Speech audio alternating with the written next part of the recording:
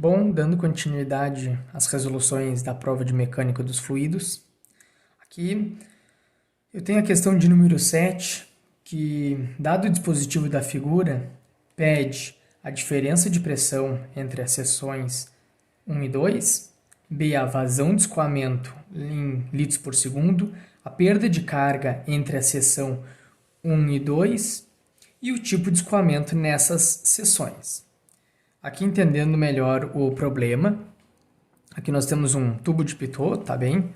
Com uma área nessa seção 1, dado como área 1, aqui vamos ter outra área 2, tá? De diferentes áreas, essas diferenças. Aqui nós podemos notar um manômetro, tá bem? E os dados dessa questão. Então seguimos para a questão letra A, que pede a diferença de pressão entre a seção de número 1 e a seção número 2. Tá bem? Bom, podemos iniciar aplicando a equação manométrica para encontrarmos então essa diferença. E no caso essa diferença vai ser a pressão 1 menos a pressão 2, P1 menos P2. Então aplicamos a equação manométrica, que temos que P1, partindo da pressão aqui do ponto 1, P1, pressão em 1, contornando aqui e chegando em P2. Na equação manométrica temos P1, então, descendo aqui é mais, para cá mais, contínuo, menos, tá bem? Então, mais P1, mais essa altura aqui, nesse mesmo ponto, tem a mesma pressão, então aqui temos a mesma altura, temos a altura de 10 centímetros, 0,1 metros, tá? Altura vezes peso específico da água, pois aqui é água, tá bem? Menos, contornando agora para cá, menos o quê? O peso específico de M vezes essa altura, igual a P2, tá bem? Então, aplicando os valores nessa equação, substituindo ali os valores, temos que P1 menos P2 é igual a 12.620 Pascal. Na letra B, pede a vazão de escoamento em litros por segundo. A vazão se dá da esquerda para a direita. Tá? O que podemos perceber? Essa pressão 2 é conhecida, já é dada no problema. Essa pressão vale 20 kPa. Está aqui, pressão 2, 20 kPa. Não temos a pressão no ponto 1, mas com essa relação, aqui abaixo, vou mostrar agora, com essa relação, eu sei que pressão 1 é igual a 32.620 kPa, pois eu tenho a pressão 2. Aqui era só a relação que a questão, que a letra A pedia, tá bem? Então, agora aplicando a equação de Bernoulli entre o ponto 1 e 0, nós temos que a carga total de 1 é igual à carga total de 0 mais a perda de carga entre esses pontos. A perda de carga entre esses pontos vai ser 0, vou desconsiderar essa perda.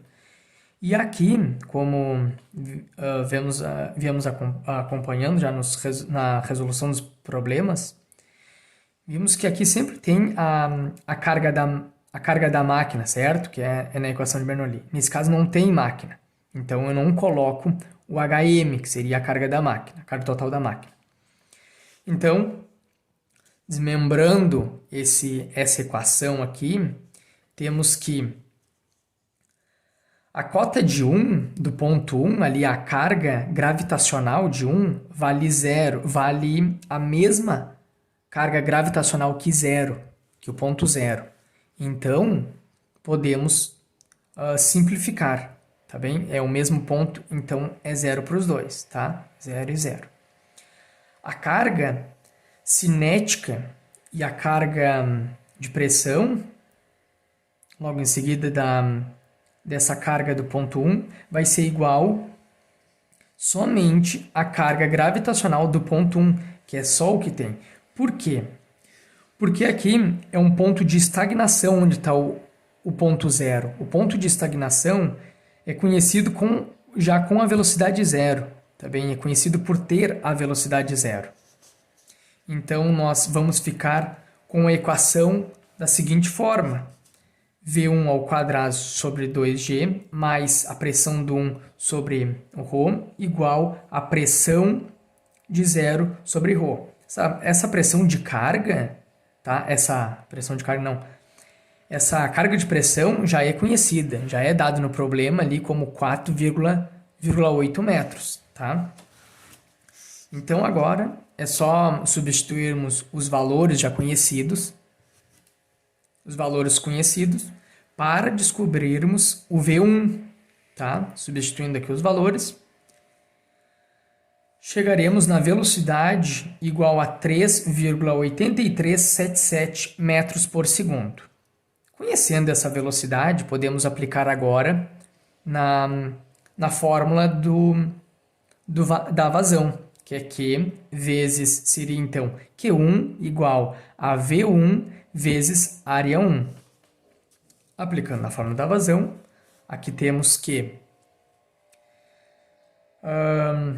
vazão vai ser igual a 3,8377 metros por segundo. Essa é a velocidade aqui nessa seção, tá? Nessa seção, essa é a velocidade do fluido, que no caso é água, vezes a área. Então, nós temos essa área, é fornecida no problema área 1, vezes, passando para metro, tá bem? Metro ao quadrado é a área. Temos que a vazão é 8,32 vezes 10 na menos 3 metro cúbico por segundo. Mas o problema pede em litros por segundo. Então, vamos multiplicar por 1000 para obtermos esse valor de que vazão é 8,32 litros por segundo.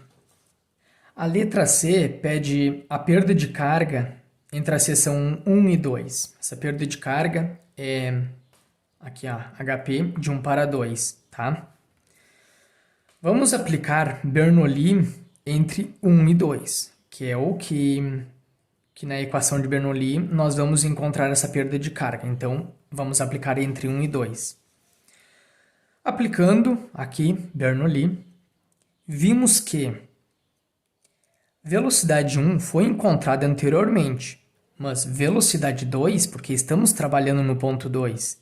Bernoulli mostra que a carga em 1 é igual à carga em 2 mais a perda de carga desse ponto, tá? Que é o ponto 1 e o ponto 2. A cota, esse Z1 e Z2, se encontram na mesma linha, certo? Estão contínuos na mesma linha, então são zeros, dá para se anularem na equação. Temos V1, temos P1, temos ρ, só não temos a velocidade 2. Deixei mostrado como um asterisco aqui para depois retornarmos nesta questão. Dando continuidade aqui, então vamos ter que aplicar a equação da continuidade para descobrir o V2. Pois já é conhecido o V1, temos área 1, não temos V2, mas temos área 2. Então, aplicando a equação da continuidade, aqui está ela, aqui está a fórmula, vamos substituir os valores, temos V1, temos área 1, não temos V2 e temos área 2.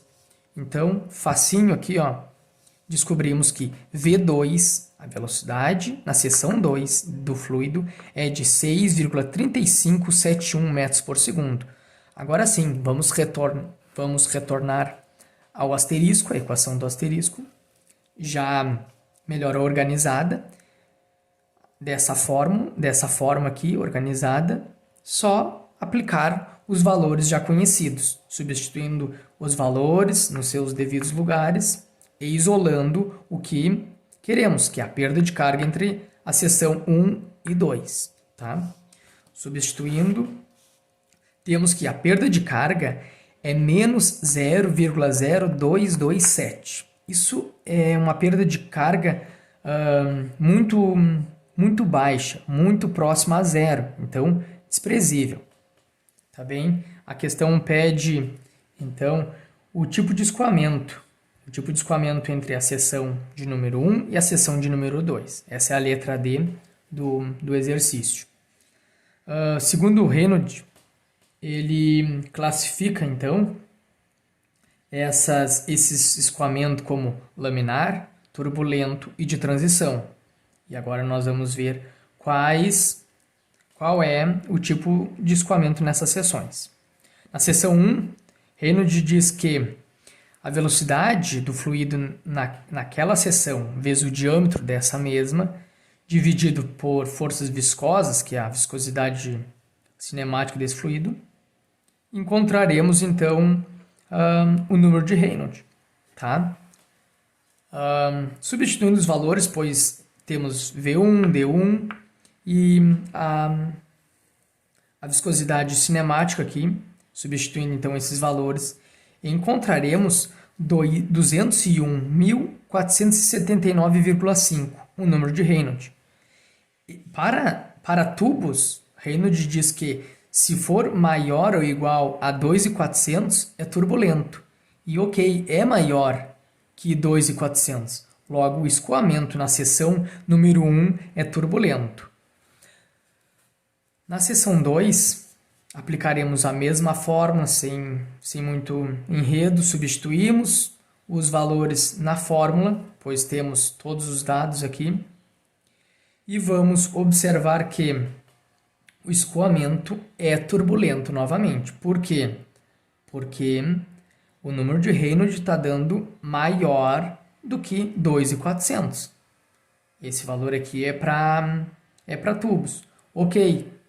Escoamento turbulento na seção de número 2 também. E assim eu finalizo a questão número 7 da prova Mecânica dos Fluidos.